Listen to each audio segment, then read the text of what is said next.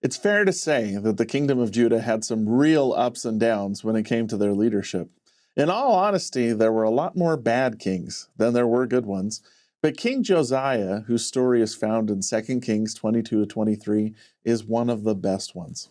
Josiah was just 8 years old when he began his reign, but the records record that he did what was right in the sight of the Lord and walked in the way of David his father and turned not aside to the right hand or to the left.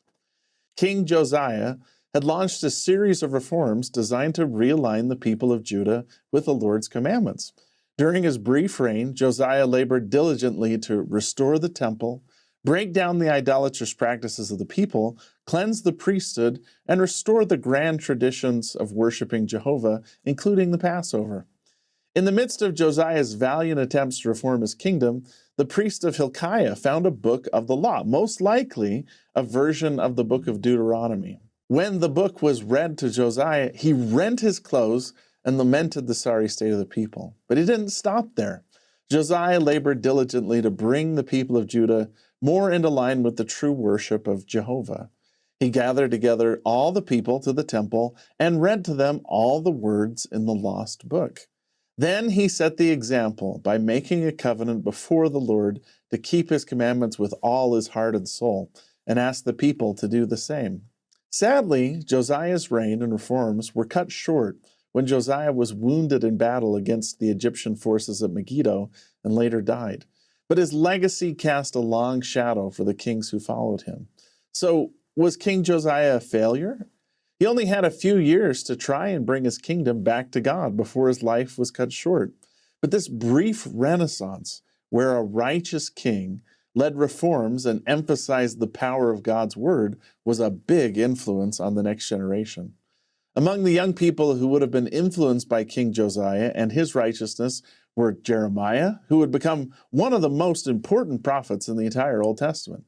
Other prophets in Judah, such as Zephaniah, Nahum, and Habakkuk, all taught around the same time as Jeremiah and were influenced by King Josiah's attempts to bring the people back to the Lord.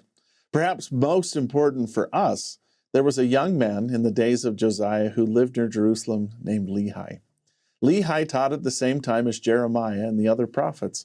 However, knowing that the fall of the kingdom of Judah was coming, Lehi was directed to take his family and depart into the wilderness, eventually finding a new promised land on the other side of the earth and founding the great civilizations taught about in the Book of Mormon.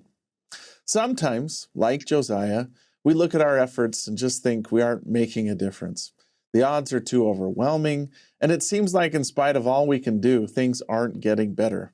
But just like Josiah, we can't really measure the impact our righteous actions will have even in our own lifetime. Josiah's work inspired others, like Jeremiah and Lehi, to pick up his banner and carry on his work. Some, like Jeremiah, fought on even though they knew the people they loved would eventually be destroyed. Some, like Lehi, struggled and fought but found deliverance when the Lord led him and his family to a new home. All of them made a difference.